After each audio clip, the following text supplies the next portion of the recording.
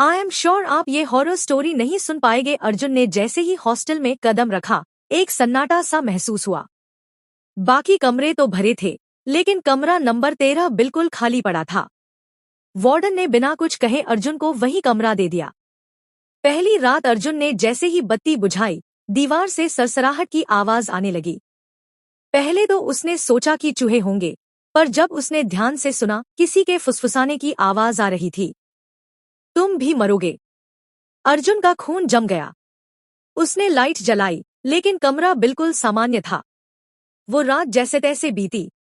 अगली रात जब अर्जुन सोने जा रहा था, अलमारी खुद ब खुद खुल गई। अंदर सिर्फ एक पुराना डायरी पड़ा था, जिस पर धूल जमी थी। अर्जुन ने उसे पढ़ा तो उसमें लिखा था, मैं राघव इस कमरे में पिछले साल मरा था। मेरी आत्मा अब यहाँ बसी है। जो भी यहाँ आता है वो जिंदा नहीं जाता। अर्जुन डर से कांपने लगा। उसने तुरंत हॉस्टल छोड़ने का फैसला किया, लेकिन बाहर का गेट बंद था और वार्डन कहीं नहीं था। आखिरी रात अर्जुन ने तय किया कि अब वह सुबह तक जागता रहेगा। लेकिन आधी रात को फिर वही फुसफुसाहट आई, पर इस बार जोर से। अब तेरी बारी है। कमरे की बत्तियां झपकने लगी।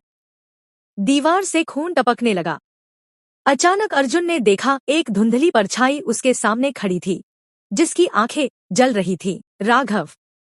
अर्जुन चिल्लाया, लेकिन उसकी आवाज जैसे कमरे के अंदर ही घुट गई।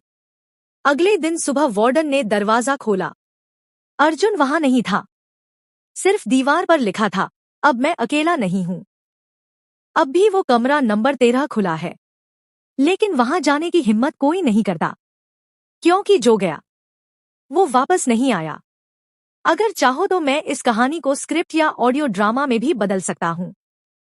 तैयार? Next episode coming soon.